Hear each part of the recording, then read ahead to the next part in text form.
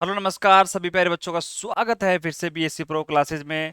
और जैसा कि हमने पिछले लेक्चर में chapter number 5 continuity and differentiability को स्टार्ट किया था, ठीक है। और ये हमारे पास में लेक्चर नंबर सेकंड है उसका। तो पिछले लेक्चर में हमने बेसिक्स से कॉन्सेप्ट के बारे में बात करी और हमने आपको समझाया कि जो कॉन्टिन्यूटी है, ठीक है, जिसका अपन ने एक यूज करा था शब्द का, कॉन्टिन्यूस शब्द का, यानी कि सतत। और वहां पे हमने एक छोटी सी परिभाषा बताई थी फलन की, ठीक है, फंक्शन की, कि भाई कॉन्टिन्यूस फंक्शन क्या होता है। उसके लिए भी हमने दो डेफिनेशन आपको लिखवाई, या फिर दो मतलब प्रॉपर्टी, दो फॉर्मूले आप कह सकते हो। थोड़ा सा अपन रिवीजन करते हैं 5 मिनट, उसके बाद में फिर उसके बाद में अपना जो टॉपिक है उसको स्टार्ट करते हैं, आगे उसको कंटिन्यू करेंगे। सुनो भाई फटाफट से। मैंने आपको दो फॉर्मूले लिखाए थे, उसमें कुछ बच्चे मिस्टेक बता रहे हैं कि सर इसमें आपने थोड़ी मिस्टेक कर दी। कुछ भी मिस्टेक नहीं थी, बस थोड़ा सा आपका देखने का नजरिया आपको चेंज करना पड़ेगा। देखो, पहला जो फॉर्मूला था हमारा उसमें क्या था, देखो, limit f of x upon में क्या था, x tends to c is equal to, मैंने यहाँ पे क्या लिखा था आपको पता है, एफ ऑफ एक्स और यहाँ पे एक्स टेंस टू सी। लेकिन बच्चे कहेंगे सर एक बात बताओ, जब यहाँ पे मतलब लिमिट है ही नहीं तो फिर आप एक्स टेंस टू सी कैसे कह सकते हो। बिल्कुल आपकी बात सही है, लेकिन यहाँ पे ये जो मैंने लिखा है इसकी जगह एफ ऑफ सी आप लिखो, बात बराबर है। मतलब क्या करना है आपको कि x की जगह आपको रिप्लेस करना है c को, ठीक है। तो कई बच्चे अगर इसमें कंफ्यूज हो रहे थे तो आप इसको सही कर लेना, इसमें कोई बड़ी बात नहीं है। बात समझ में आप सभी को आ गई है, किसी को दिक्कत, ठीक है। तो ये वाले जो टर्म है इसको आप रिप्लेस कर देना यहाँ से, और ये वाले टर्म यहाँ पे आप लिख लेना। अब मेरी बात को ध्यान सुनो भाई, मेरी तरफ से कोशिश ये रहेगी आप सभी को कि एक एक वर्ड का मतलब आपको पता चलना चाहिए। जैसा मैं आपसे भी पूछता हूं कि भाई ये क्या है, limit f of x x tends to c, ठीक है, और ये हमारे पास में क्या है, एफ ऑफ सी। इसका मतलब क्या हुआ, इसका मतलब ये हुआ कि इस फंक्शन का, अगर मैं इस एफ एक्स फंक्शन की बात करता हूं, उस पे अपन ने लिमिट लगा दी और लिमिट यहाँ पे अपन एक्स टेंस टू सी निकाली, तो ये उसकी वैल्यू हो गई।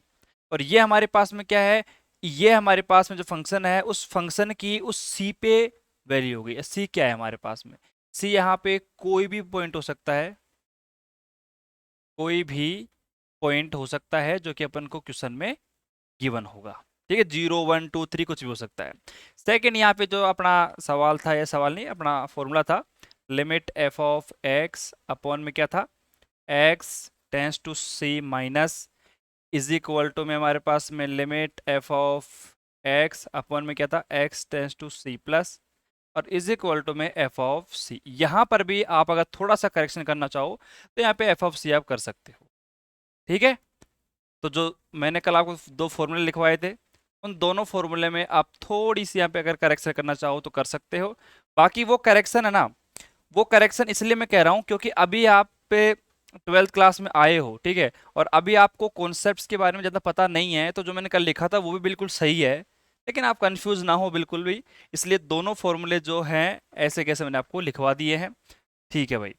अब मेरी बात को ध्यान सुनना, कल मैंने आपको एक तरीका तो ये बताया था कॉन्टिन्यूअस का, और अगर कल आपने थोड़ा सा ध्यान से देखा हो तो सेकेंड मेथड में मैंने आपको कुछ डायग्राम बनवाए थे, चित्र बनवाए थे, डायग्राम। उन डायग्राम की सहायता से भी हमने फलन को कॉन्टिन्यूअस चेक करना आपको सिखाया था, और मैंने आपको बताया था कि आप दो तरीके से फलन को चेक कर सकते हो। जैसे मैं आपको थोड़ा सा यहाँ पे लिख के बता दूं, भाई ये हमारे पास में अगर कोई फंक्शन है, ठीक है, और यहाँ से लेकर यहाँ तक जा रहा है, मतलब ए से लेकर बी तक, बीच में कोई ब्रेकडाउन नहीं है, बिल्कुल एकदम कॉन्टिन्यूअस है, इसका मतलब आपका फलन क्या है, कॉन्टिन्यूअस है। सेकंड मैंने एग्जांपल अगर मैं यहाँ पे आपको दूं, तो सपोज करो ये हमारे पास में ए पॉइंट है और ये बी पॉइंट है, लेकिन क्या करा मैंने, ये इतना सा यहाँ पे क्या ब्रेकडाउन हुआ, तो हमने क्या देखा कि आपका जो फंक्शन है बीच में से ब्रेक हो गया है। इसका मतलब क्या हुआ, इसका मतलब ये है कि आपका फंक्शन है वो कॉन्टिन्यूअस नहीं है, सतत नहीं है। अब एक बात आपके दिमाग में आनी चाहिए कि सर एक बात बताओ, आपने दो तरीके बताए हैं किसी भी फलन को उसकी कॉन्टिन्यूटी को चेक करने के लिए, एक तो डायग्राम से बता सकते हैं और एक बता सकते हैं अपने यहाँ पे लिमिट वाली डेफिनेशन की सहायता से। तो अब ये बताइए कि दोनों में से कौन सी ज्यादा इफेक्टिव है और कौन सा एग्जाम में काम आने वाला है फॉर्मूला। तो सिंपल सी बात है, डायग्राम ये मान लो कि एग्जाम में अगर पूछेगा तो ही बनाना है, वरना आपका जो ये वाला फॉर्मूला है, लिमिट वाला फॉर्मूला, यही आपके एग्जाम में काम आने वाला है। ठीक है। और अभी तो जस्ट स्टार्टिंग करी है अपन ने। मैंने क्या कहा, अभी जैसे अपन ने स्टार्टिंग करी है, अभी जस्ट इसी क्लास में थोड़ा सा अपन लेवल है उसको इंक्रीज करने वाले हैं, और कैसे आगे कितने सारे अपने पास फंक्शंस आएंगे, उन फंक्शंस को कैसे हम कॉन्टिन्यूस प्रूफ करेंगे, वो अभी आप इस लेक्चर में सीखने वाले हो। तो चलो भैया, तो यहाँ पे मैंने आपको इतना सा बता दिया है, तो अब इसको हटा देते हैं अपन। तो कल का जो थोड़ा बहुत मैंने पोर्शन करवाया उसका मैंने रिवीजन करवा दिया है। अब एक आध सवाल है ना, इसके एक और हैं। ठीक है, इसी बेसिक इसी कॉन्सेप्ट के ऊपर उसको अपन कर लेते हैं, और फिर उसके बाद में थोड़ा आगे चलते हैं, और फिर आपको आगे सिखाते हैं। चलो भैया, अब यहाँ पे मैं फटाफट से क्वेश्चंस को नोट डाउन कर देता हूँ, और फिर उसके बाद में अपन उनका आंसर करते हैं। भाई देखो सुनो, यहाँ पे हमारे पास में जो अगला सवाल है वो है एग्जाम्पल नंबर 4। मैं लिख लेता हूँ एक बार पूरे सवालों को। एग्जाम्पल नंबर 4 हमारे पास में है, ये है अपने पास में x³ प्लस में 3। ठीक है, फंक्शन डिफाइन है, मतलब इस प्रकार से दिया हुआ है, इस प्रकार ये आपके पास में फंक्शन है, और x³ प्लस में 3 है, यहाँ पे 1 है, और आपको दिया हुआ है कि भैया x नॉट इक्वल टू 0 पर ये होगा, और x बराबर 0 पर ये होगा। इसका आपको आंसर करना है। ठीक है, ये आपका एग्जाम्पल नंबर है 4। ठीक है भाई, इसी के साथ में एग्जाम्पल नंबर 5 को भी मैं लिख देता हूँ साथ साथ में यहीं पे। तो एग्जाम्पल नंबर 5 है, और एक हमारे पास में एग्जाम्पल नंबर 6 है। दोनों क्या हैं, कचरा सवाल है। एग्जाम में हालांकि आते नहीं है, आ जाएं एक नंबर में तो बात अलग बात है। चलो भैया, एग्जाम्पल नंबर 5 आपसे क्या बोल रहा है कि उन बिंदुओं की जांच कीजिए जिन पर अचर फलन f(x) बराबर k, मतलब क्या है, कॉन्टिन्यूअस है। मतलब कुछ नहीं है, सिंपल, आप इंग्लिश मीडियम वाले बच्चे सोच सकते हो आराम से कि हमारे पास में f(x) क्या है, कांस्टेंट फंक्शन है, k हमारे पास में क्या है, एक कांस्टेंट वैल्यू है। अगर ये कांस्टेंट है तो आपको प्रूफ करना है कि ये कैसा है, कॉन्टिन्यूअस फंक्शन है।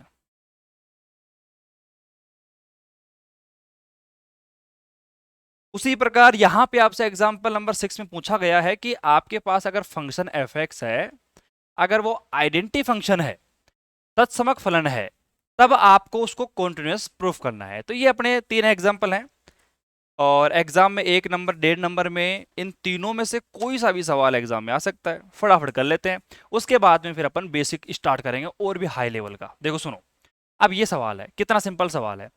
अब यहां पे मेरी बात को ध्यान सुनो, आंसर करते हैं अपन बिल्कुल तरीके से। अब सुनो भाई, मैंने आपको कल ये बताया था कि भाई अगर हमारे पास में फंक्शन एक से ज्यादा वैल्यू का होगा तो हम सेकेंड वाले डेफिनेशन का यूज करेंगे, और नहीं तो पहले वाले डेफिनेशन का यूज करेंगे। अब सुनो, देखो, अगर मैं यहां पे वैल्यू को चेक करूं तो यहां पे देखो x बराबर 0 पे वैल्यू दी हुई है।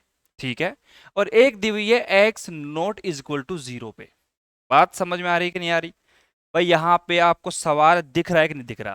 भाई मैं क्या कह रहा हूं, मोस्टली बच्चे जो है ना यहीं पे कंफ्यूज हो जाते हैं कि सर एक बात बताओ, ये जो x नॉट इक्वल टू 0 दिया हुआ है, x बराबर 0 दिया हुआ है, मतलब ये क्या कंडीशन है? भाई मैं क्या कह रहा हूं, बिल्कुल भी कंफ्यूज होने की आवश्यकता नहीं है आपको। x बराबर 0 और x नॉट इक्वल टू 0 पर आपको बिल्कुल भी ध्यान नहीं देना है। मतलब ये तो यार क्वेश्चन में गिवन है। अगर ये कंडीशन जो है ये कोई फिक्स कंडीशन नहीं है, इसको अपन अपने अकॉर्डिंग भी चेंज कर सकते हैं, लेकिन कब? जब आप सवाल बनाओगे तब आप। ठीक है, एग्जामिनर आप थोड़ी हो, आप तो भी उसको सॉल्यूशन करोगे। तो यहाँ पे जो क्वेश्चन दिया हुआ है ना, उस पर कुछ भी बदलाव आपको नहीं करना, जैसा दिया हुआ है वैसा ही उसको सोल्व करना है। बात समझ में आ गई आप सभी को? तो अब यहाँ पे मेरी बात को ध्यान से सुनो। अगर मैं यहाँ पे फंक्शन की बात करता हूँ, ठीक है, तो यहाँ पे देखो अपन को अगर मैं बात करता हूँ, और यहाँ पे एक छोटी सी बात और लिखी हुई है कि आपको x बराबर 0 पे आपको क्या करना है, वैल्यू को चेक करना है। अब सुनो मेरी, अब स्टेप नंबर फर्स्ट में मैं एक काम करता हूँ। क्या काम करता हूँ? मैं करता हूँ कि f ऑफ x, ठीक है, उसको मैं निकालता हूँ। अब यहाँ पे आपको पता है कि x का जो मान दिया हुआ है, अगर मैं इसको निकालता हूँ तो x का मान यहाँ पे क्या दिया हुआ है, 0 दिया हुआ है। भाई मुझे दिख रहा है साफ साफ, वही काम करूंगा। तो यहाँ पे आप देखो f ऑफ 0 बराबर, अब ये जो टेबल आपको दिखी है आपके सामने बनी हुई है, x बराबर 0 पे मान कितना है फलन का, बताओ जरा। भाई एफ ऑफ जीरो मैं रखूंगा। तो यहाँ पे आपने देखा कि x बराबर जीरो पर फलन का मान कितना है, 1 है। तो मुझे सोचने की भी आवश्यकता नहीं पड़ी, यहाँ पे मान आ गया 1। ठीक है, अब एक काम करता हूँ, स्टेप नंबर सेकंड में मैंने क्या करा, जो हमारे पास फंक्शन ये है, इस फंक्शन पे यहाँ पे देखो लिमिट, ठीक है, और एफ ऑफ एक्स और x टेंस टू जीरो। अब यहां पे थोड़ी बात समझने वाली आ गई। अब एक बात बताओ, कल मैंने समझाया था कि x टेंस टू जीरो का मतलब क्या होता है। x टेंस टू जीरो का मतलब होता है कि वो वैल्यू जीरो नहीं होती है, वो जीरो की तरफ टेंस कर रही है, उसकी तरफ आने की कोशिश कर रही है। तो साफ सी बात है कि limit f of x x tends to zero, मतलब यहाँ पे फलन x बराबर जीरो के नहीं है, तो अपन को कौन सा फंक्शन यूज करना पड़ेगा, एक्स क्यूब प्लस में 3।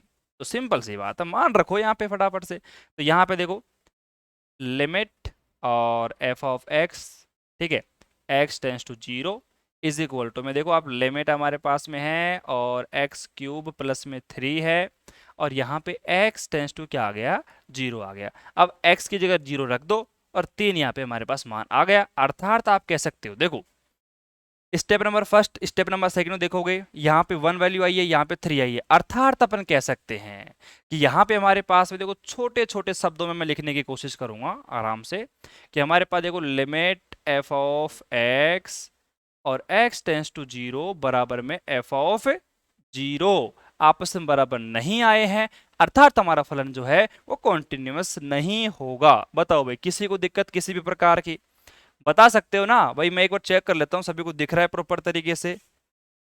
भाई थोड़ा सा यहाँ पे कट गई है, नीचे वाली लाइन है, ठीक है, थोड़ा सा मैं उसको दिखा देता हूँ, कैमरे को थोड़ा सा मैं नीचे कर देता हूँ। दिख रहा है सभी को, देख लो, बाकी 3 है वो थोड़ा सा ऊपर ही कर देता हूँ क्योंकि फिर ऊपर से थोड़ा दिख नहीं रहा। ठीक है, इतना सही है, सभी को सही दिख रहा है, कोई दिक्कत नहीं है। तो अब इतना काम हो गया, सवाल बहुत इजी है, हमने आराम से कर दिया है, कोई दिक्कत नहीं है। ठीक है, अब यहाँ पे अगला सवाल आता है। ये सवाल हमारे पास में है कि हमारे पास एफ एक्स है, एक कांस्टेंट फंक्शन है, तो इसको आपको क्या करना है, आपको कॉन्टिन्यूस बताना है। अब साफ सी बात है, मैंने क्या करा, देखो सुनो, हमने एक काम करा कि भाई लिमिट हमारे पास में एफ ऑफ एक्स और x टेंस टू सी बराबर में एफ ऑफ सी, हमारे पास ये फॉर्मूला होता है। ठीक है, अरे भाई बात समझ में आ गई कि नहीं आई, आ गई बात समझ में। ये फॉर्मूला हमारे पास में, दोनों को बराबर करना है। अब देखो स्टेप नंबर फर्स्ट मैं क्या कर रहा हूं, बिल्कुल सिंपल सवाल है। स्टेप नंबर फर्स्ट में मैंने क्या करा, देखो लिमिट एफ ऑफ एक्स, ठीक है, और x टेंस टू के। अब मैंने क्या करा, इधर देखा मैंने कि भाई लिमिट मैंने और एफ ऑफ एक्स का मान कितना दिया हुआ है, के दिया हुआ है, तो मैंने यहाँ पे के लिख दिया, और यहां पे मैंने कर दिया x टेंस टू सी। अब मैंने जब देखा यहां पे, तो आप यहां पे देखो x टेंस टू सी है, तो अब एक बात बताओ, यहां पे x का कोई फंक्शन ही मौजूद नहीं है, तो यहां पे क्या आने वाला है, कुछ भी नहीं आएगा। अर्थात अपन कह सकते हैं कि यहां पे जो वैल्यू हमारे आएगी वो हमारे पास क्या आएगी, क्या आएगी। अब एक बात बताऊं आपको मैं, चलो इसको कर लेते हैं फिर बताता हूं मैं एक बार। इतना आ गया अपने पास मान, स्टेप नंबर सेकंड मैंने किया, ठीक है, उसमें क्या करा अपन ने, एफ ऑफ सी मेरे पास में है, ठीक है। अब एक बात बताओ, यहाँ पे हमारे पास में एफ ऑफ एक्स, ठीक है, और हमारे पास में के है। अगर यहाँ पे मैं मतलब एफ ऑफ के का मान निकालने की कोशिश करूंगा, एफ ऑफ सी का मान है, 2 बार क्यों लिख दिया, अपन 1 बार लिख सकते हैं इसको। 1 मिनट मिटाता हूँ, डस्टर लेके आते हैं। 2 बार लिखने की कोई आवश्यकता नहीं है। आप देख सकते हो कि यहाँ पे एफ ऑफ सी का जो मान हमारे पास में आएगा वो भी के आएगा, दोनों बराबर आपस में है। अर्थात अपन कह सकते हैं कि ये दोनों आपस में बराबर हो गए, ये फॉर्मूला बराबर हो चुका है, अर्थात हमारा फंक्शन कॉन्टिन्यूअस आ गया। अब देखो इसके आंसर में ना कुछ भी नहीं है, लेकिन फिर भी बच्चे कंफ्यूज हैं कि सर एक बात बताओ, आप यहाँ पे जो एफ ऑफ सी आपने लिखा है, इसका मान आपने के क्यों से लिख, मतलब कैसे लिख दिया। सुनो मेरी बात, आपने नाम सुना है कांस्टेंट फंक्शन का, अचर फलन। देखो एक छोटा सा यहाँ पे वर्ड लिखो आप, अचर फलन,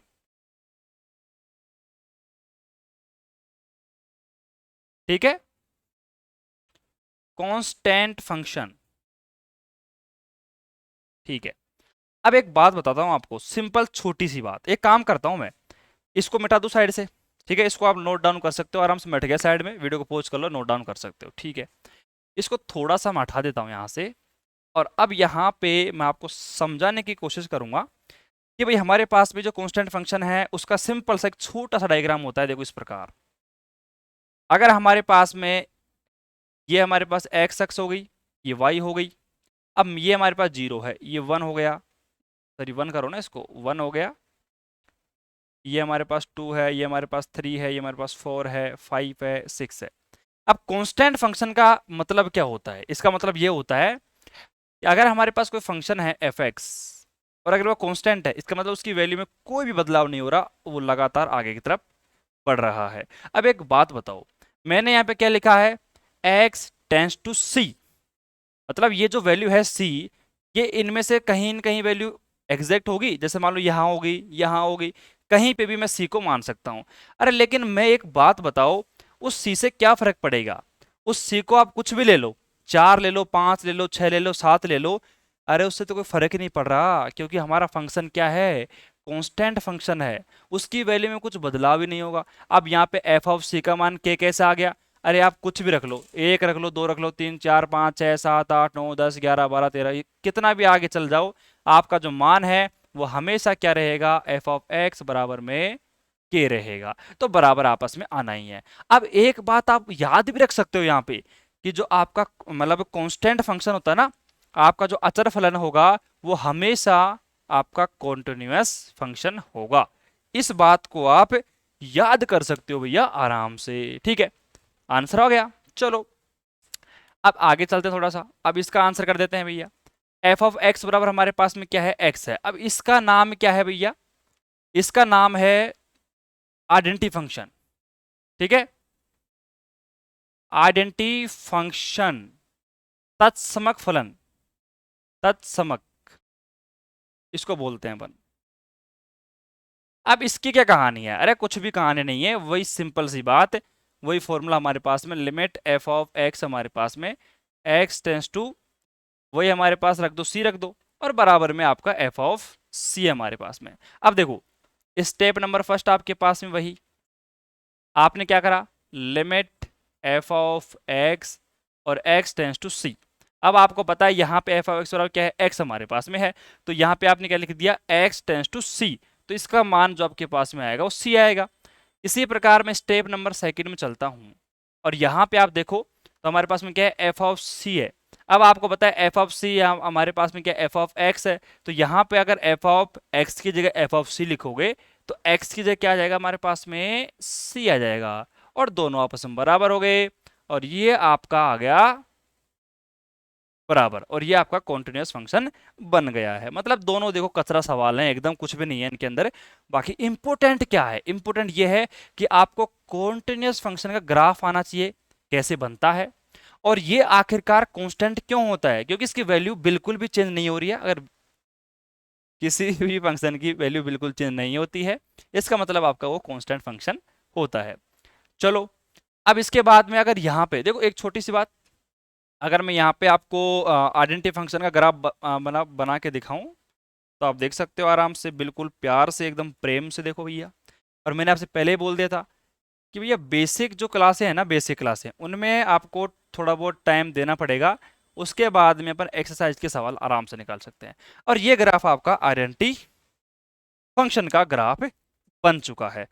तो प्यारे बच्चों, में एक छोटी सी बात आपको बताना चाहूंगा, ठीक है। बात कौन सी है वो? बात ये है कि अभी तक जो मैंने आपको दो फॉर्मूले बताए थे, ठीक है, उन फॉर्मूले से हमारा अच्छा काम चल रहा है। और वो फॉर्मूले किसके फॉर्मूले हैं? वो फॉर्मूले हैं लिमिट के फॉर्मूले, मतलब लिमिट के फॉर्मूले हैं। लिमिट के फॉर्मूलों से हम मतलब फंक्शन को कॉन्टिन्यूअस बताने की कोशिश कर रहे हैं। लेकिन मेरी बात को सुनो, ठीक है, अभी हम थोड़ा सा आगे चलते हैं, और उसके बाद हम कुछ प्रॉपर्टीज देखते हैं एक दो बार, और उन प्रॉपर्टीज की सहायता से जो आगे आपकी एक्सरसाइज हैं, 5.1 है, 5.2 है, 5.3 है, उन सभी एक्सरसाइज के सवालों को अपन करेंगे, ठीक है। चलो भैया चलिए थोड़ा सा आगे। तो अब यहां पर अपन ये कह सकते हैं कि अभी तक जो दो चार सवाल अपन ने करे हैं, उन सवालों से एक आध नंबर या 1.5 नंबर का सवाल आपके एग्जाम में आ सकता है। चलो अब सुनो मेरी बात। अब यहाँ पे अगर आपने 11th क्लास की थोड़ी बहुत ढंग से क्लास ली होगी तो आपने एक वर्ड सुना होगा, ध्यान से सुनना, ILAT और E। आइलेट का नाम आपने सुना होगा। अगर आइलेट का नाम नहीं सुना है तो कोई बात नहीं है, हम सुना रहे ना आपको आइलेट का नाम। अब आइलेट है ना, कोई स्पेसिफिक वर्ड नहीं है, मतलब एक शॉर्ट फॉर्म है ये। शॉर्ट फॉर्म अपन कह सकते हैं। आई का मतलब इनवर्स फंक्शन, एल का मतलब लॉग फंक्शन, ए का मतलब एल्जेब्रिक फंक्शन, और टी का मतलब ट्रिग्नोमेट्री, और ई का मतलब एक्सपोनेंशियल फंक्शन। ई की पावर वाले फंक्शन आपने जरूर पढ़े होंगे। अब एक बात और बताऊं मैं आपको, हिंदी मीडियम वाले बच्चे कई ये सोच रहे होंगे सर आप इंग्लिश में ज्यादा बोलते रहे हो, या फिर वैसे कुछ थोड़ा बहुत आपको समस्या आ रही होगी। एक बात बताता हूँ आपको, अगर हिंदी मीडियम से कोई बच्चा है ना तो इंग्लिश में पढ़ने की कोशिश करे और समझने की कोशिश करे। और कोई इंग्लिश मीडियम वाला बच्चा है, उसको लगता है कि सर हिंदी ज़्यादा यूज कर रहे हैं, तो आप थोड़ा सा क्या है कि भाई आपको रखना पड़ेगा ध्यान। तो देखो लैंग्वेज का थोड़ा सा आप ध्यान रखो, बाकी मैथमेटिक्स का ध्यान मैं आपका रख रहा हूँ, ठीक है। तो एक बात बताओ, आइलेट हमारे पास में नाम आपने सुना होगा, ठीक है, नहीं सुना है तो आप सुन लीजिए। अब इसमें क्या पढ़ना है अपन को, देखो सुनो। अब जितनी भी एक्सरसाइज आपकी है 5.1 2 3 4 5 6 7 8 काफी सारी एक्सरसाइज है, उन सभी में इनका इसका लॉजिक यूज करेंगे अपन। और ये मान के चलो कि जो अपना ये कंटिन्यूटी वाला पोर्शन है ना, ये वाला पोर्शन, इस वाले पोर्शन को अपन लगभग, अगर ये जो मैं पोर्शन यहाँ पे करवा रहा हूँ इसको आपने ध्यान से समझ लिया ना, तो लगभग आपका ये पोर्शन बिल्कुल एंडिंग की तरफ चल जाएगा। अब ध्यान सुनो फटाफट से, देखो यहां पे एक वर्ड है एलजेब्रा, देखो सुनो, एलजेब्रा फंक्शन, ठीक है। अब इस एलजेब्रा फंक्शन के अंदर है ना, सुनो भाई, इस एलजेब्रा फंक्शन के अंदर हम काफी सारे फंक्शंस पढ़ते हैं। कैसे, देखो पहला जो हमारा फंक्शन आएगा वो आएगा पोलिनोमियल, ठीक है, पोलिनोमियल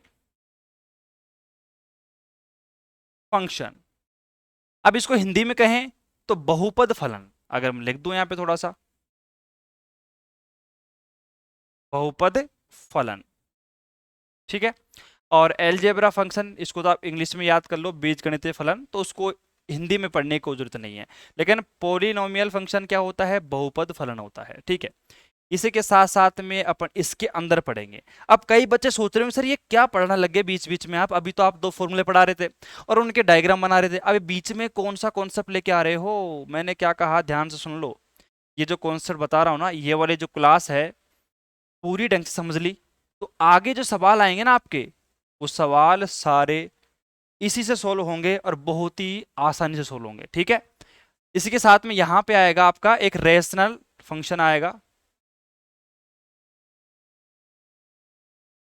ठीक है। और ये रेशनल का मतलब समझ गया आप, परिमेय फलन,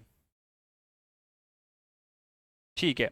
इसके बाद में यहाँ पे थर्ड नंबर पे आता है हमारे पास में इरेशनल,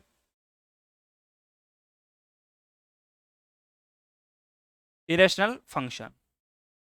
और फोर्थ नंबर पे यहां पे आता है, ठीक है, पार्ट वाइज अपन कह सकते हैं, पार्ट वाइज फंक्शन। अब पार्ट वाइज का मतलब यह है कि हमने क्या है कि मतलब फंक्शंस के ऑर्डर को डिफाइन करते हुए दो तीन फंक्शन अलग से डिफाइन करे हैं, उनको अपन पार्ट वाइज फंक्शन बोल सकते हैं। और इसके अंदर मैं बात करता हूं तो कौन कौन से फंक्शन आते हैं, थोड़ा सा मैं बता देता हूं आपको। इसके अंदर अपन पढ़ने वाले हैं, नीचे करके लिख रहा हूं यहाँ पे, पहला हमारे पास में आता है मॉडुलस फंक्शन, ठीक है। और सेकंड नंबर पे हमारे पास में आता है, वो आता है सिग्नम फंक्शन। अब ये क्या होता है, पढ़ेंगे भी आराम से, क्या दिक्कत है। और तीसरे नंबर पे आएगा आपका ग्रेट इंटीजर फंक्शन, महत्तम पूर्णांक फलन। तो ये पढ़ेंगे अपन एल्जेब्रिक फंक्शन के अंदर, ठीक है, मतलब एल्जेब्रिक फंक्शन क्या होता है उस हिसाब से अपन इसके अंदर पढ़ेंगे ये सारी चीजें। और उसके बाद में जो आपका आई है, एल है, टी है और ई है, इसके बारे में मैं आपको बताऊंगा, ठीक है, इसमें कोई दिक्कत आपको नहीं होनी चाहिए। पहले आप इस चीज को बिल्कुल तरीके से नोट डाउन करो आप आराम से, कि भाई हमारे पास में देखो पोलिनोमियल है, रेशनल हो गया, इरेशनल हो गया, ठीक है, पार्ट वाइज फंक्शन में मॉडुलस फंक्शन हो गया, सिग्नम फंक्शन हो गया, और ये आपका ग्रेट इंटीजर फंक्शन हो गया, ठीक है। और हिंदी मीडियम वाले बच्चे ध्यान सुनो, ये जो मॉडुलस है आप जानते हो, मॉडुलस इसका यूज करते हो, और सिग्नम का आप कोई मतलब नहीं है, नॉर्मली मैं आपको फंक्शन बताऊंगा। और ग्रेट इंटीजर फंक्शन का मतलब होता है महत्तम पूर्णांक फलन। तो बुक अपने पास में रखें, आप आराम से समझ सकते हो एक एक चीज को। ठीक है भाई, अब एक काम करो, ठीक है, अब यहां पे बीच में अपन लाइन खींचते हैं आराम से, और यहां पे अपन हेडिंग डालते हैं अपना फर्स्ट, ठीक है, पोलिनोमियल फंक्शन।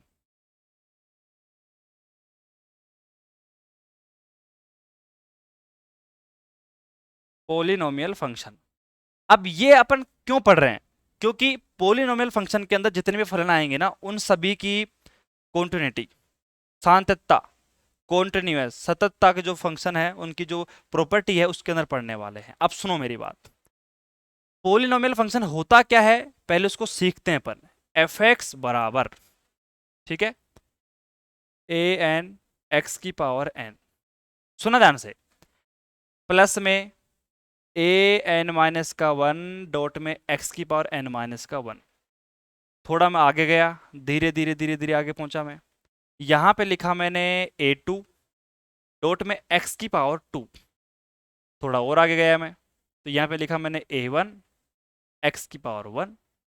यहाँ पे लिखा मैंने, थोड़ा आगे गया मैं, आगे चलते गए अपन, और यहाँ पे बीच में प्लस लगा लो, ए नॉट और एक्स की पावर जीरो। और एक्स की पावर जीरो का मान आपके पास क्या होता है, आपको पता है वन होता है, तो आप इसको लिख दो ना लिखो बात बराबर है। और यहाँ पे मैं बात करता हूँ, लास्ट में अपन लिख सकते हैं कि ए एन जो है not is equal to zero होगा, मतलब ये जो ए एन आपका है वो not is equal to zero है। प्यारे बच्चों बहुत ही सावधानी से, प्यार से, प्रेम से सीखेंगे कि आखिर पोलिनोमियल फंक्शन क्या होता है। भाई हिंदी वर्ड की मैं बात करूं ना, हिंदी वर्ड से ये फंक्शन बिल्कुल अच्छी तरीके से डिफाइन हो रहा है। कैसे, नाम देखो क्या है, बहुपद फलन, मतलब जिस फंक्शन के अंदर एक से ज्यादा पद होंगे, एक से ज्यादा टर्म होंगी, उसे कहेंगे अपन बहुपद फलन, पोलिनोमियल फंक्शन। अब यार एक बात बताओ, अंधे को भी यहां पे दिख रहा है कि इसमें कितनी सारी टर्म्स आ रही हैं, लेकिन बच्चे डरते किस चीज से हैं, बच्चे डरते हैं कि सर ये ए एन एक्स की पावर एन कहां से आ गया, ए एन माइनस का वन। अरे यार एक बात बताओ, मैंने सिंपल एक टर्म लिखी है यहाँ पे, कौन सी टर्म लिखी है, ये लिखा है मैंने केवल ए एन और एक्स की पावर एन। अब मैंने क्या करा, मैं लगातार इसमें से आगे, मतलब चल रहे हैं ना, वहां पे एक माइनस ऊपर कर दिया, एक नीचे कर दिया। अब लास्ट में जाके अपन कहां पहुंचेंगे, मतलब लास्ट टाइम पे हमारे पास में टर्म बचेगी ए जीरो और एक्स की पावर जीरो। अब बताओ, मेरे हिसाब से तो इसमें किसी भी प्रकार की, किसी भी बच्चे को दिक्कत नहीं होनी चाहिए। बाकी दिक्कत है तो देखो भैया, इसमें कुछ भी नहीं है, कुछ भी नहीं है इसके अंदर। तो बताओ भाई सारे बच्चे, किसी को भी डाउट यहाँ पे नहीं होना चाहिए, ठीक है। अब मैं थोड़ा आगे चलूं, अब एक काम करो, सुनो मेरी बात, ये पोलिनोमियल फंक्शन है ना, अब इस पोलिनोमियल फंक्शन के अंदर ही अपन फंक्शन पढ़ते हैं। पहला हमारे पास में आता है अचर फलन, अचर फलन, इसको लिखते हैं अपन कांस्टेंट फंक्शन।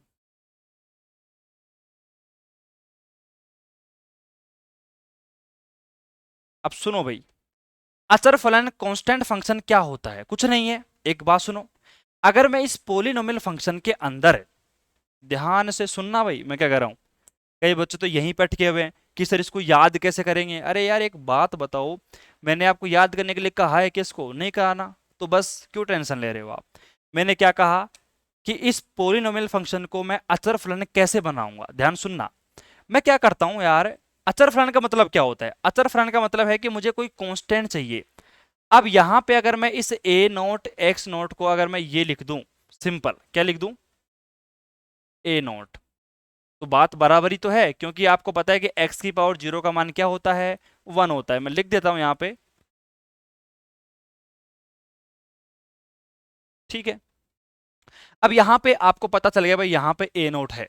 एक काम करता हूं मैं, क्या करता हूं मैं, थोड़ा सा यहां पे मैं लिख देता हूं कि भाई अचर फलन जो है ना, अचर फलन उसको लिख दो आप सिंपल ए नोट। अब बच्चे कहेंगे सर ये आया कहां से, कुछ नहीं है, अभी आपने जो ऊपर ये पोलिनोमियल फंक्शन लिखा हुआ है ना, इसके अंदर देखो, ए एन, ठीक है। आगे चलो आप, बराबर में हमारे पास में ए एन माइनस का 1 हो गया, ए टू हो गया, ए एन हो गया।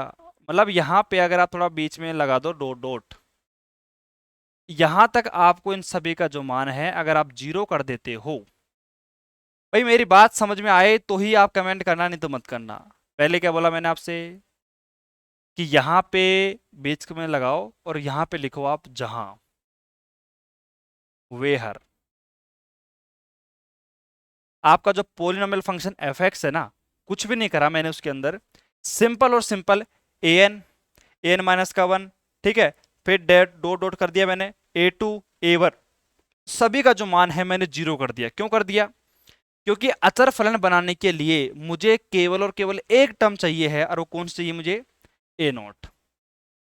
और ए नॉट हमारे पास में एक ऐसी वैल्यू है जो बिल्कुल भी चेंज नहीं हो रही है। अब साफ सी बात है, अचर फलन कांस्टेंट फंक्शन की डेफिनेशन जानते हो ना आप, क्या होती है?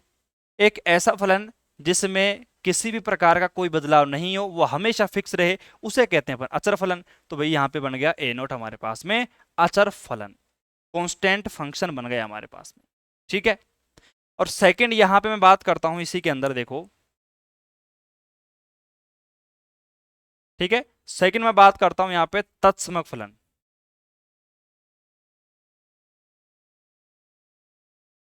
तत्समक फलन, ठीक है। अब आइडेंटिटी फंक्शन,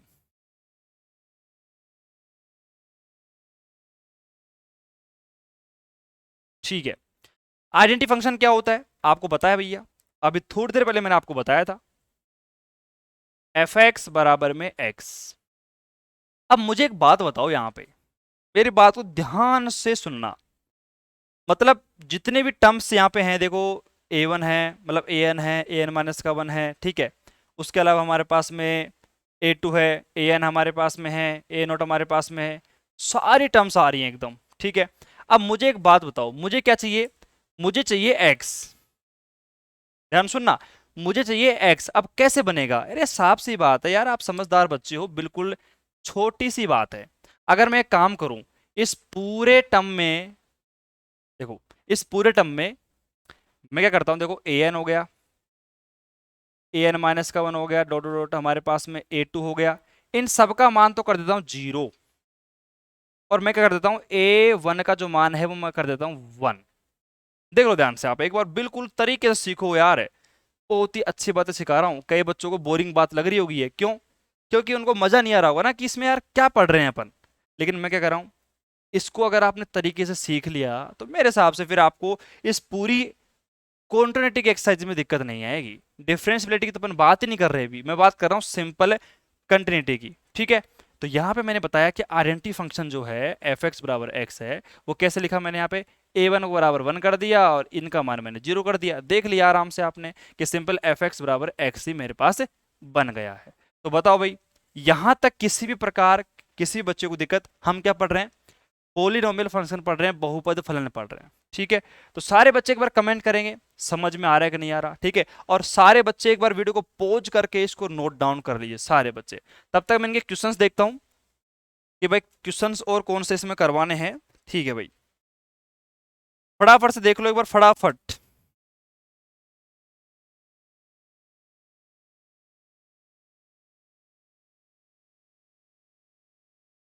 तो भाई लिख लिया फटाफट से? लिख लो भाई, लिख लो, वीडियो को पॉज कर लो, मैं तब तक इसको मिटा देता हूँ। चलो भाई, उम्मीद करता हूँ सबने लिख लिया होगा और आपको यहाँ पे दिख रहा है। तो एक काम करता हूँ, देखो सुनो, इसके अंदर एक और है, ठीक है भाई। अचर फलन बता दिया मैंने आपको और तत्सम फलन बता दिया। एक तीसरे नंबर का और लिखो आप यहाँ पे, तीसरे नंबर का है लीनियर, लीनियर फंक्शन, ठीक है, रेखीय फलन।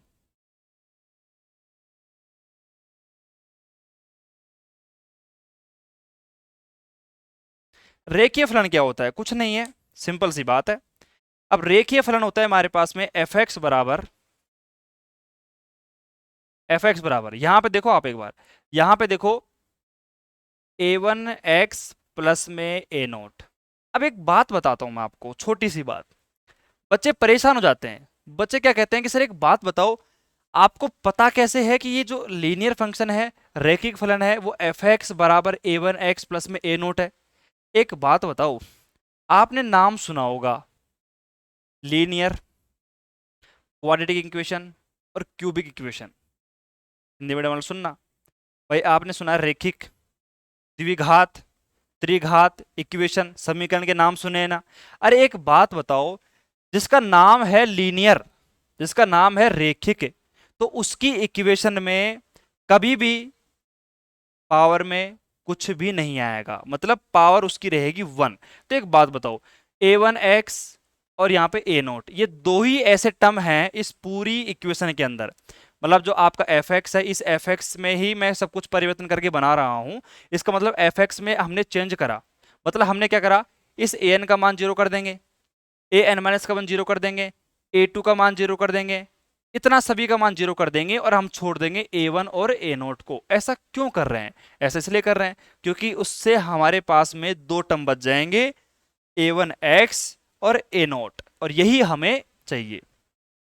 और अगर आपको दिख रहा है तो मैं थोड़ा सा नीचे करके यहीं पे लिख देता हूं। देखो अभी तो लीनियर है, अब इसी के बाद में हमारे पास में फोर्थ नंबर की, देखो सुनो, यहां पे फोर्थ नंबर का है द्विघात, ठीक है, क्वाड्रेटिक इक्वेशन। तो उसमें क्या करेंगे अपन, ए टू स्क्वायर, मतलब मैं लिख देता हूं यहाँ पे, मैं पूरा यहाँ पे नाम नहीं लिखूंगा, नाम नहीं लिखूंगा, आप लिख लेना। क्वाड्रेटिक इक्वेशन द्विघात समीकरण कैसे होगा, देखो एफ एक्स बराबर क्या होगा हमारे पास में, ए टू एक्स स्क्वायर प्लस में ए वन एक्स वन प्लस में हमारे पास में ए नोट। ये क्या है, एफ एक्स बराबर, ये क्या है, द्विघात समीकरण, क्वाड्रेटिक इक्वेशन बन गई। ये कब बनी भाई, यहां पे भी आप लिख देना और यहां पे भी लिख देना, कब बनेगी ये, ए एन का मान जीरो, ए एन माइनस का वन जीरो, और यहाँ पे फिर ए टू ए वन और इनका मान जीरो नहीं होगा, ठीक है। उसके बाद में यहाँ पे अपन लिख देते हैं, फिफ्थ नंबर का भी है, फिफ्थ नंबर का होगा हमारे पास में त्रिघात इक्वेशन। उसमें क्या होगा भाई, सिंपल सी बात है, एफ एक्स हमारे पास में होगा बराबर हमारे पास क्या है, देखो ए थ्री एक्स की पावर थ्री होगा, प्लस में हमारे पास में ए टू और एक्स की पावर होगी टू, प्लस में ए वन एक्स की पावर वन प्लस में ए नोट। अब ये कब बनेगा, अरे भाई ये कब बनेगा, अब तो बच्चा भी बता सकता है इसको।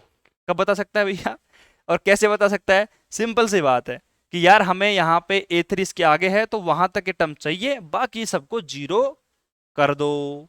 तो अब ये बताओ मुझे कि पोलिनोमियल बहुपद फलन से हम कितने फलन बना सकते हैं? देख लो आप, कांस्टेंट बना सकते हैं, आइडेंटिटी बना सकते हैं, तत्सम बना सकते हैं, ठीक है, उसके बाद लीनियर, उसके बाद में क्वाड्रेटिक इक्वेशन और उसके बाद में क्यूबिक इक्वेशन भी हम बना सकते हैं। लेकिन अभी तक मैंने आपको केवल और केवल ये बताया है कि ये क्या है, लीनियर है, ठीक है, पोलिनोमियल के पार्ट बताए हैं।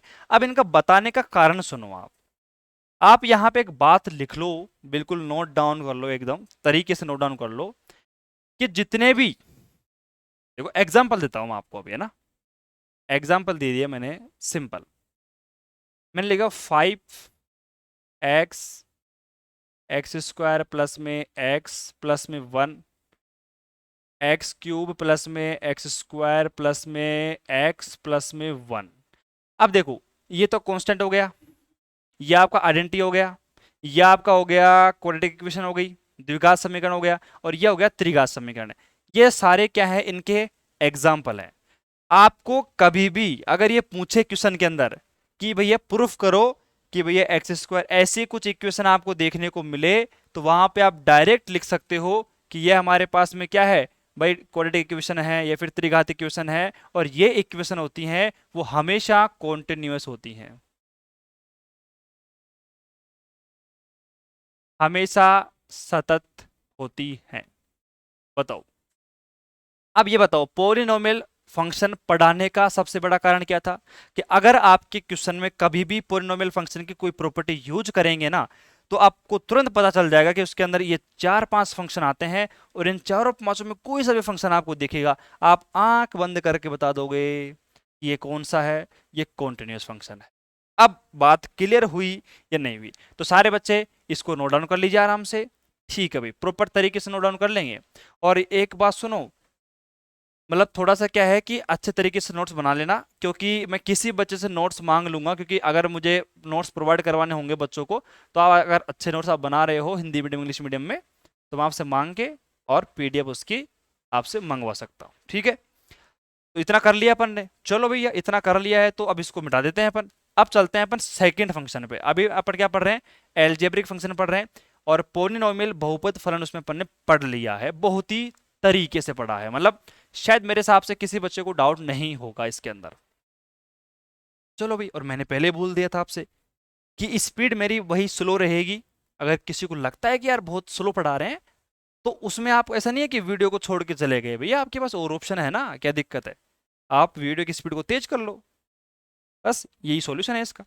और बाकी मेरे हिसाब से कंटेंट में तो कोई दिक्कत होगी नहीं, क्योंकि कंटेंट तो मैं आपको बेस्ट से बेस्ट प्रोवाइड करवाने की कोशिश कर रहा हूँ। ठीक है भैया, चलते हैं अपन आगे थोड़ा सा। अब हमारे पास में आता है सेकंड नंबर का, आता है पोलिनोमियल, सॉरी ये आता है रेशनल।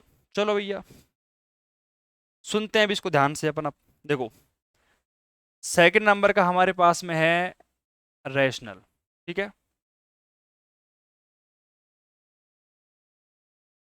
चलो भैया, रेशनल फंक्शन कुछ नहीं है इसके अंदर, बिल्कुल सिंपल है। परिमेय फलन लिख देता हूं मैं, चलो, परिमेय फलन। अब सुनो, देखो, मैं इसको लिख रहा हूं एच एक्स से, एच एक्स बराबर में एफ एक्स अपॉन में जी एक्स।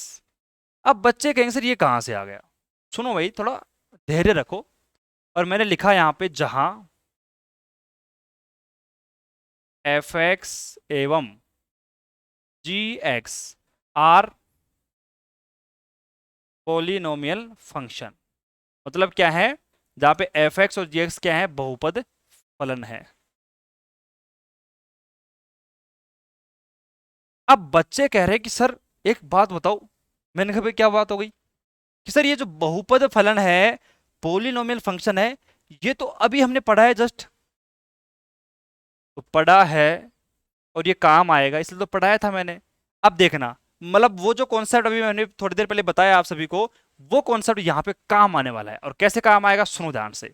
अब आपको बोल दिया है कि एफ एक्स, ठीक है, और जी एक्स, एफ एक्स और जी एक्स हमारे पास में है, वो दोनों क्या है, वो दोनों क्या है, बहुपद है। सुनो, लेकिन इस कॉन्सेप्ट को सीखने से पहले ही आपको छोटा सा कॉन्सेप्ट और सीखना पड़ेगा। कैसे, देखो, एक नोट लिखो यहाँ पे, नोट नंबर फर्स्ट लिखो। क्या लिखो, कि अगर हमारे पास में, देखो, अगर हमारे पास में एफ एक्स, ठीक है, और जी एक्स, अगर दोनों क्या है, पोलिनोमियल फंक्शन है, ठीक है, तो भैया सुनो, इनका जोड़, मतलब एफ एक्स प्लस में जी एक्स, एफ एक्स प्लस में जी एक्स है, वो भी आपका पोलिनोमियल होगा। सेकेंड नंबर पे एफ एक्स माइनस का जी एक्स अगर मैं करूंगा, तो वो भी हमारे पास में क्या होगा, पोलिनोमियल फंक्शन होगा, बहुपद फलन होगा। तीसरे नंबर की मैं बात करता हूं, तो अगर मैं एफ एक्स को जी एक्स से मल्टीप्लाई कर दूंगा, तो भी हमारे पास में पोलिनोमियल फंक्शन बनेगा। अगर चौथे नंबर की बात करूं, तो अगर मैं एफ एक्स को जी एक्स से डिवाइड कर दूंगा, तो वो भी हमारे पास में पोलिनोमियल फंक्शन है, बन जाएगा। लेकिन शर्त क्या है, कि जो जी एक्स हमारे पास में है वो नॉट इक्वल टू जीरो होना चाहिए। ऐसा मैंने क्यों लिखा है, क्योंकि आपको पता है जैसे ही मैं यहाँ पे अपॉन में जीरो लिखूंगा, इनफाइनाइट बन जाएगा। समझते हो ना मेरी बात को आप, जैसे मैंने अभी यहाँ पे किसी भी फलन के अपोन में, जैसे मान लो यहाँ पे 2 3 कुछ भी हो, अपोन में जीरो अगर आ गया, वो हमारे पास में होता है इनफाइनाइट, मतलब इनडिफाइंड फॉर्म होती है, वो अपरिभाषित रूप होता है। जब भी अपोन में जीरो आएगा ना, तो समझ जाना भैया कि भैया ये हमारे पास में काम खत्म हो चुका है इसका। ठीक है, लेकिन कई बच्चे ये भी बोलेंगे सर जैसे ये से हुआ तो 0.1 हुआ तो फिर जीरो होता है। ठीक है, ये छोटे छोटे जो चीजें हैं वो आपको याद रखनी है। तो बताओ भैया, नोट मैंने बताया कि अगर एफ एक्स और जी एक्स अगर दोनों पोलिनोमियल है, जोड़ करेंगे, माइनस करेंगे, गुना करेंगे, भाग करेंगे, तो वो हमेशा क्या होगा, पोलिनोमियल ही होगा। तो अब यहां पे आप आराम से कह सकते हो इसके अंदर कि भैया अगर हमारे पास में एफ एक्स पोलिनोमियल है और जी एक्स भी पोलिनोमियल है, तो उनका जो डिवाइड है वो भी क्या होगा, वो भी आपका पोलिनोमियल होगा। और अगर हमारे पास में कोई भी फंक्शन पोलिनोमियल होता है तो वो हमेशा क्या होता है, अभी मैंने लिखवाया था, वो हमेशा कॉन्टिन्यूअस फंक्शन होता है।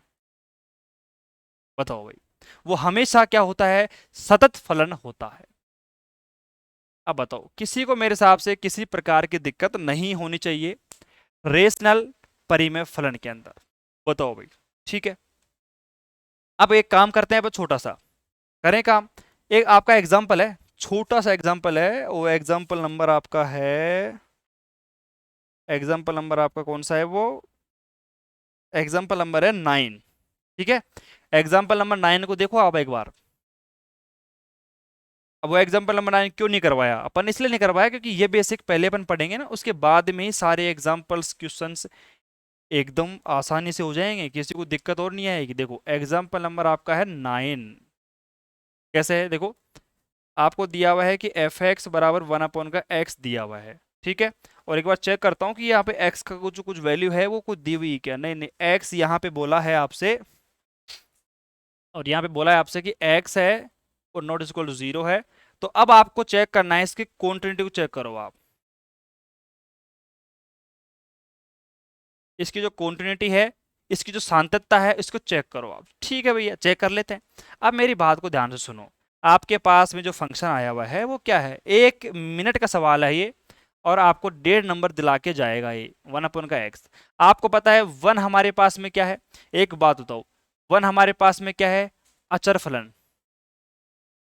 अभी पढ़ाया था, मना मत कर देना कोई सा, कांस्टेंट फंक्शन हमारे पास में होता है। और x हमारे पास में क्या है, अगर आपको पता है, x हमारे पास में होता है रेखिक फलन, लीनियर फंक्शन।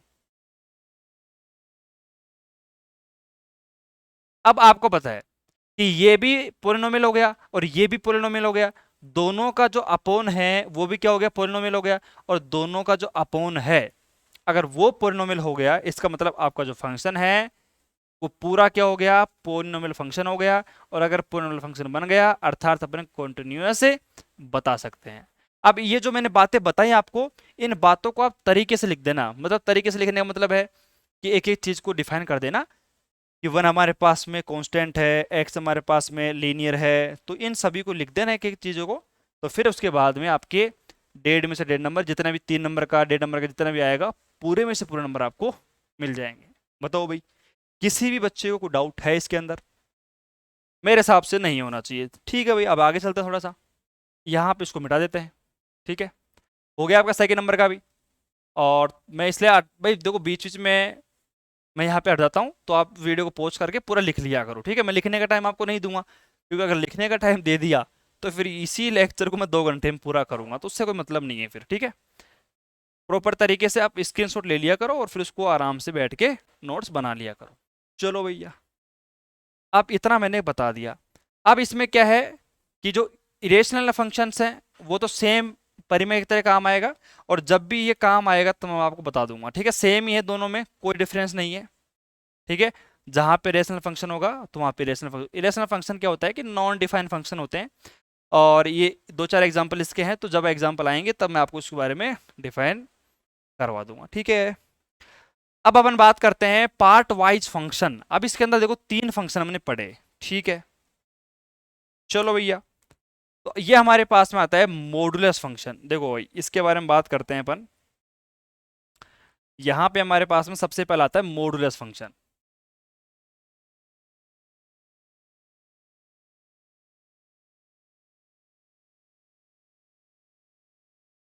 बहुत ही प्यारा सा पार्ट है ये। और यहाँ पे आप अगर थोड़ा सा इंपॉर्टेंट क्वेश्चन लगा लो, मतलब इसके ऊपर इंपॉर्टेंट लगा लो, तो मेरे हिसाब से और भी बेहतर रहेगा। ठीक है, मॉडुलस फंक्शन, अब इसका एक एग्जांपल है। ठीक है, और वो आपकी बुक में है, मैं आपको बताता हूँ एक बार। वो अपना एग्जाम्पल है, अपना एग्जाम्पल नंबर 7 नहीं है, एग्जाम्पल नंबर कौन सा है भाई, देखो ध्यान से एक बार। भाई सभी बच्चों के पास बुक होनी चाहिए, मैं पहले कह रहा हूँ। ठीक है, सभी बच्चों के पास में बुक होनी चाहिए, उसी के बाद में आप कर सकते हो, नहीं तो फिर वही बात है, आपने सीख भी लिया लेकिन फिर नहीं सीखा, क्या मतलब है। ठीक है, एग्जाम्पल भी है। एग्जाम्पल कौन सा है यार, दिख ही नहीं रहा इसमें तो। हम्म।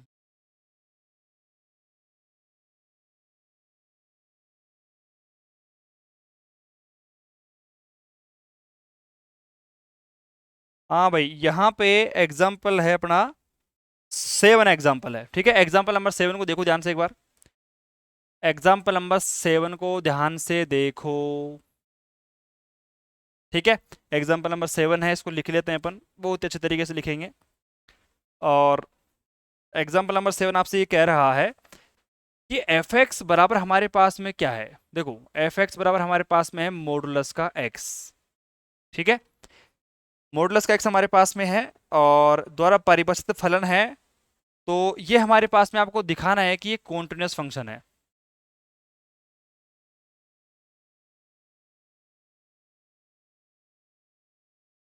ठीक है, मतलब सतत फलन ये है आपको दिखाना है। ठीक है भाई, चलो। और इसमें और कुछ दिया हुआ नहीं है इसके अंदर, अब अपन को डायरेक्ट इसका सॉल्यूशन करना है। तो अब प्यारे बच्चों मेरी बात को सुनो, अब ऐसे सवाल जो है ना, इन सवालों को आपको थोड़ा सा दिमाग लगा के सोल्व करना पड़ेगा। अब मतलब यहाँ पे मैंने आपको ये पोलिनोम, ये अपना एल्जेब्रिक फंक्शन है, तो एल्जेब्रिक फंक्शन का ही ये पार्ट अपना है फोर्थ, और उस पार्ट नंबर फोर्थ में आता है अपना इसमें फर्स्ट नंबर का मॉडुलस फंक्शन। तो इस तरीके से क्या पार्टीशन करते हैं ना अपन, पार्टीशन करते हैं तो आपके दिमाग में क्या एक क्लियर इमेज बनती है उससे, और फिर आपको पता चल जाता है भाई ये हमारे पास में एल्जेब्रिक फंक्शन का फोर्थ पार्ट था और उसका पहला पार्ट था। इसलिए क्या है कि इस प्रकार मैंने पार्ट आपके डिवाइड करे हैं। अब सुनो, आंसर अपन ने करा। देखो, सबसे पहला काम हमारा क्या है कि हमारे पास जो फंक्शन है ना, इस फंक्शन को आप पहले डिफाइन करो। तो मैंने आपको कल बता दिया था, ऐसा सवाल अपन ने करा था कल लास्ट में, अगर पता हो तो लास्ट लेक्चर में अपन ने यही करा था। तो इसमें अगर मैं बताऊं आपको, तो यहाँ पे हमारे पास दो फंक्शन डिफाइन होते हैं। एक हमारे पास आता है प्लस का एक्स, और एक आता है माइनस का एक्स। प्लस का एक्स कब आएगा, जब एक्स का जो मान होगा वो जीरो से बड़ा होगा या फिर जीरो के बराबर होगा। अगर यहाँ पे मैं एक्स का जो मान है, अगर मैं यहाँ पे छोटा करता हूँ जीरो से, तो हमारे पास में जो वैल्यू है वो माइनस में आती है। ठीक है भाई, साफ सी बात है, आपको दिख रहा है कि एफ एक्स बराबर मॉडुलस का है, तो मॉडुलस अपने अंदर दो वैल्यूज को छुपा के रखता है, आपको पता है ये बात। ठीक है, तो हमारे पास में एक्स आ गया, ये हमारे पास में आ गया। ठीक है, अब अपन क्या करते हैं, सुनो भाई। अब यहाँ पे सिंपल सी बात है कि हमारे पास फंक्शन क्या है, मॉडुलस का एक्स हमारे पास में है। अब देखो, हमारे पास में कंडीशन बन गई। अब कंडीशन कैसे बनी, देखो, हमारे पास में पहली कंडीशन बन गई आपके सामने कि x और ग्रेटर देन जीरो वाले रीजन के लिए। ठीक है, x ग्रेटर देन रीजन मतलब ग्रेटर देन जीरो के लिए मैं यहाँ पे बात करता हूँ। तो सिंपल सी बात है, इसमें क्या होगा हमारे पास में, वही अपना फॉर्मूला लगाओ, लिमिट एफ ऑफ एक्स। ठीक है, और यहाँ पे हमारे पास में क्या आएगा, एक्स मतलब एक्स टेंस टू सी। और यहाँ पे आप देख सकते हो कि फंक्शन का जो मान है एक्स ग्रेटर देन जीरो के लिए, ये वाला काम में लेंगे अपन। तो सिंपल सी बात है, यहाँ पे हमारे पास में क्या आ गया, देखो, लिमिट एक्स और एक्स टेंस टू सी बराबर में सी आ गया। किसी बच्चे को डाउट कैसे मैंने किया ये। और मैं यहाँ पे देखो, मैं आपको फोकस इसलिए करवा रहा हूँ क्योंकि एक सवाल अपन ने कल भी करा था और एक सवाल अपन यहाँ भी कर रहे हैं। ठीक है, उस सवाल में और इस सवाल में रात दिन का फर्क है, क्यों, ऐसा क्यों फर्क है। बच्चे कह रहे हैं कि सर एक बात, तो ये सवाल तो हमने कल से भी किया था और उदाहरण नंबर वो एग्जाम्पल नंबर 3 था वो, उसमें अगर पता हो आपको तो वहां पे बोला गया था अपन से कि x बराबर जीरो पे आपको निकालनी थी वैल्यू। लेकिन यहाँ पे ऐसा आपसे कुछ बोला नहीं है, यहाँ पे आपसे बोला है कि एफ एक्स बराबर मॉडुलस का एक्स है, इसको आपको कॉन्टिन्यूस बताना है, बस इतना बोल दिया आपसे और कुछ भी नहीं बोला। तो अब इस तरीके के सवालों को कैसे सोल्व करते हैं, सिंपल सी बात है, हमने रीजन डिवाइड कर लिए भाई। यहाँ पे एक रीजन हमारे पास में कि x ग्रेटर देन जीरो के लिए हमारे पास रीजन है। इस रीजन में मैंने क्या करा कि लिमिट एफ एक्स बराबर ये मैंने डेफिनेशन लगाई और हमारे पास सी वैल्यू आ गई। अब एक बात बताओ, यहाँ पे हमारे पास में इसी के साथ में सेकंड स्टेप की मैं बात करता हूँ, तो एफ ऑफ सी हमारे एफ ऑफ एक्स हमारे पास में आता है, और यहाँ पे हमारे पास में क्या है, आपको पता है एक्स बराबर क्या है, सी है। तो जैसे मैंने यहाँ पे रखा, एफ ऑफ सी बराबर, तो हमारे पास वैल्यू कितनी आएगी, सी वैल्यू हमारे पास में आएगी। तो यहाँ पे आपने क्या देखा कि x ग्रेटर देन 0 क्षेत्र के अंदर यहाँ पे दोनों का मान बराबर आ गया। अब बच्चे कह रहे हैं कि सर आपने क्या बराबर किया है। अरे भाई वो दो दो प्रॉपर्टी मैंने आपको लिखवाई थी, याद करो। तो दो नियम मैंने लिखवाए थे, limit f of x x tends to c बराबर में एफ ऑफ सी। भूल गए इसको? ये प्रॉपर्टी मैंने आपको लिखवाई थी, इस प्रॉपर्टी को याद रखना। तो ये प्रॉपर्टी मैंने इस केस में फॉलो करवा दी है, और जैसे मैंने इस केस में फॉलो करवाई, इसका मतलब क्या हुआ कि इस एक रीजन के अंदर आपका जो मतलब फलन है वो कैसा हो गया, कॉन्टिन्यूस प्रूफ हो गया।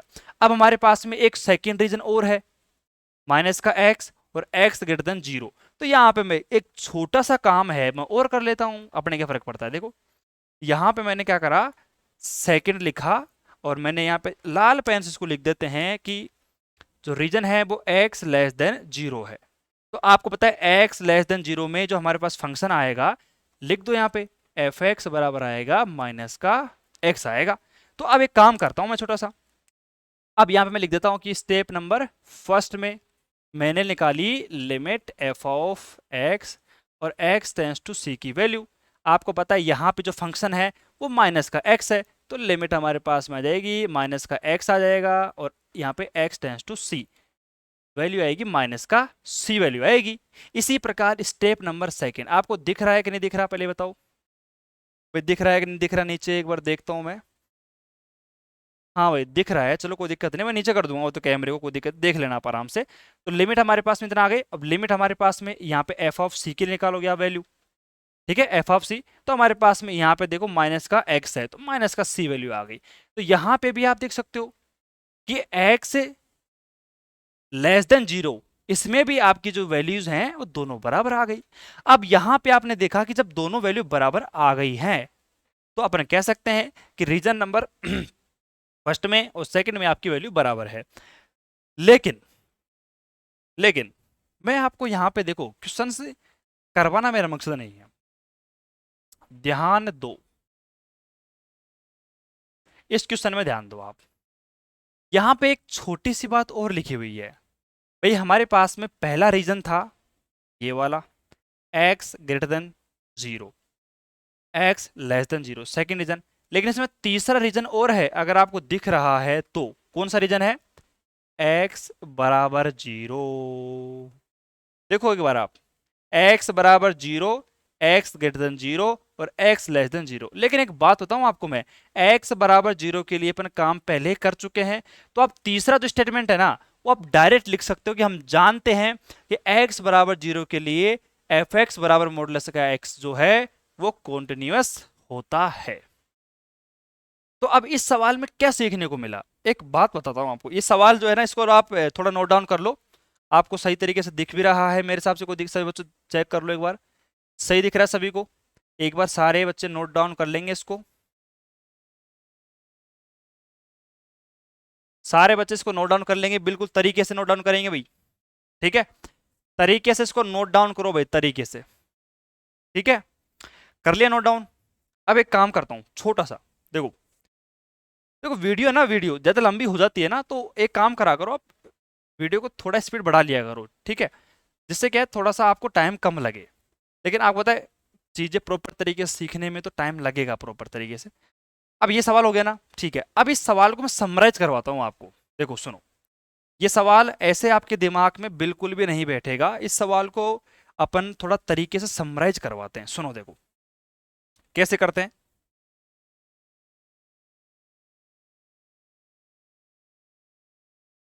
देखो भाई, अब इस सवाल को मैं तरीके से समराइज करवाता हूं। हमने अभी एक ऐसा सवाल पढ़ा था, आपको पता हो तो, जिसके अंदर बोला गया था आपसे कि एफ एक्स बराबर क्या है, मॉडुलस का एक्स है, और एक्स बराबर 0 पे आपको मतलब प्रूफ करनी थी चीजों को, मतलब एफ एक्स बराबर 0 पर आपको कॉन्टिन्यूटी चेक करनी थी। उस समय क्या करा था आपने, उस समय आपने इस फॉर्मूले का यूज करा था कि हमारे पास में लिमिट, ठीक है, और एफ ऑफ एक्स हमारे पास में x less than c plus c minus कर लो बराबर में limit f of x x tends to c plus, ठीक है, और बराबर में हमारे पास में एफ ऑफ सी ले लो, बात बराबर ही है। तो इस फॉर्मूले का आपने यूज करा, लेकिन अब बच्चे ये कह रहे हैं कि सर एक बात बताओ, जब आपने इस सवाल का यूज करा तो ये कुछ और सवाल बन गया। तो मैं वही तो आपको समझाने की कोशिश कर रहा था। मैंने कल भी आपको समझाया था, क्या समझाया था याद करो, कि अगर हमारे पास में देखो ये आपकी एक लाइन है, ठीक है, ध्यान सुनना, ये आपकी लाइन है, इस लाइन के सेंटर में है 0, और आपसे क्या बोला गया है कि x बराबर 0 पे आपको कॉन्टिन्यूटी चेक करनी है। तो आप एक बात बताओ, अगर मैं 0 को मतलब देखो इधर से अप्रोच करूंगा राइट साइड से, मैं इसको लेफ्ट साइड से अप्रोच करूंगा, तो मेरे पास क्या है कि दो फंक्शन डिफाइन हो गए, एक तो आ गया पॉजिटिव वाला, एक आ गया नेगेटिव वाला, और एक आ गया खुद 0 के ऊपर। तो साफ सी बात है, लेफ्ट वाला, राइट वाला, और एक आपका बिल्कुल जो 0 पे प्रेजेंट है। तो इसका मतलब क्या हुआ कि हमारे पास में मुझे इस वाले फॉर्मूले का यूज करना पड़ेगा जब मुझे एक फिक्स पॉइंट दे रखा हो। मतलब कहने का मतलब सिंपल तरीके से मैं ये समझाने की कोशिश कर रहा हूं कि मैं बीच में खड़ा हूं ऐसे, ठीक है, तो अब मैं बीच में खड़ा हूं ना, तो मतलब मेरे को देखो इधर से भी कोई बंदा आ सकता है, ठीक है, एक इधर से आ गया, एक आ गया इधर से, ठीक है, और एक सेंटर में जो मेरी पोजीशन है एग्जैक्ट पोजीशन वो है। तो एग्जैक्ट पोजीशन वाली तो मतलब फंक्शन की वैल्यू वाली हो गई, और एक लेफ्ट वाली हो गई, राइट वाली हो गई, एक लेफ्ट वाली हो गई। तो इस प्रकार से किसी भी अगर एक पॉइंट दे रखा हो ना आपको फिक्स पॉइंट, उस फिक्स पॉइंट के दोनों तरफ से आप वैल्यू को निकालोगे, दोनों तरफ से आपको वैल्यू को निकालना पड़ेगा, पड़ेगा याद रखना, दोनों तरफ से वैल्यू निकालनी पड़ेगी जब आपको एक फिक्स पॉइंट दे रखा होगा तो। लेकिन अब यहां पे आपसे क्या बोला था कि एफ एक्स बराबर मॉडुलस का एक्स है, उसकी कॉन्टिन्यूटी को चेक करो आप, उसकी सांतत्ता को चेक करना है। इसका मतलब आपको कोई पॉइंट नहीं दिया हुआ है वहां पे। अब बात करेंगे रीजन की, बात करेंगे, अब बात करेंगे क्षेत्र की बात करेंगे। मतलब अब जैसे यहां पे आपको पता है कि जैसे हमने मॉडुलस को ओपन किया था तो आपको पता है क्या आया था, माइनस का एक्स आया था और प्लस का एक्स आया था। ये आया था x लेस देन 0, ये x greater than equal to 0। अब यहां पे आपको पता है तीन क्षेत्र बने थे, 1 2 और 3। पहला बना था ये वाला, सेकंड ये वाला, और पहला भाई ग्रेटर देन, लेस देन और इक्वल टू वाला, ये तीन क्षेत्र बन गए। तो इन तीनों क्षेत्रों में क्या करना है, फिर अपन को ये जो सिंपल वाला फॉर्मूला है, कौन सा, लिमिट हमारे पास में एफ एक्स है, एक्स सी बराबर में एफ सी, ये हमारे पास में फर्स्ट फॉर्मूला है, सेकंड फॉर्मूला, इन दोनों फॉर्मूले सेकंड वाला फॉर्मूला फिर वहां पे अपन काम में लेंगे।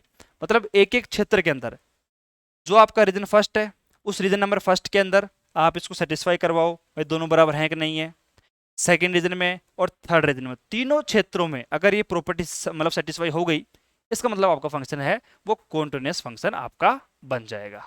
ठीक है, तो ये बातें हो गई आपकी मॉडुलस फंक्शन के लिए। ठीक है, तो अब लेक्चर देख काफी लंबा हो गया है, तो आगे कल का जो लेक्चर रहेगा, कल का जो लेक्चर रहेगा वो भी पूरा बेसिक कॉन्सेप्ट के ऊपर रहेगा लेक्चर आपका। और उस लेक्चर में मतलब जो ग्रेट इंटीजर फंक्शन है वो पढ़ेंगे, ठीक है, और उसके साथ साथ में जो आपका मतलब ये सिग्नम फंक्शन है वो सिग्नम फंक्शन में पढ़ेंगे। और उसके अलावा जो बच गए हैं, मतलब अभी तो अपन एलजेब्रिक पढ़ रहे थे, इसलिए इनवर्स पढ़ेंगे, लॉग वाले भी पढ़ेंगे, ठीक है, एक्सपोनेंशियल पढ़ेंगे। तो ये सारे फंक्शन अपन नेक्स्ट लेक्चर में कवर करेंगे। और जैसे ही अपने ये लेक्चर कंप्लीट हो जाएंगे ना, मतलब वही कल का हो गया, एक आज का हो गया और एक कल आएगा, तीनों लेक्चर कंप्लीट होने के बाद में फिर आपका जो पूरा बेसिक है ना, बेसिक इस कॉन्टिन्यूटी वाले चैप्टर का पूरा क्लियर हो जाएगा और सारे सवाल आप बिना देखे फिर कर सकते हो आराम से, फिर कोई दिक्कत नहीं आएगी। जैसे ही मैं सवालों के ऊपर पहुंच गया ना, फिर तो मानो कि फटाफट 1 घंटे क्लास में अपन लगभग 10 से 12 सवाल आराम से करवा देंगे। ठीक है, तो बेसिक बताना जरूरी है, इसलिए मैंने पूरा बेसिक आपको समझाया है कंप्लीट तरीके से। एक एक चीज को समझते चलो, नोट डाउन करते रहना, नोट्स भी आपके प्रिपेयर साथ साथ में करते रहना। चलो भैया, आज वीडियो में इतना ही, अब मिलते हैं नेक्स्ट वीडियो लेक्चर में, तब तक के लिए टेक केयर, बाय बाय, धन्यवाद।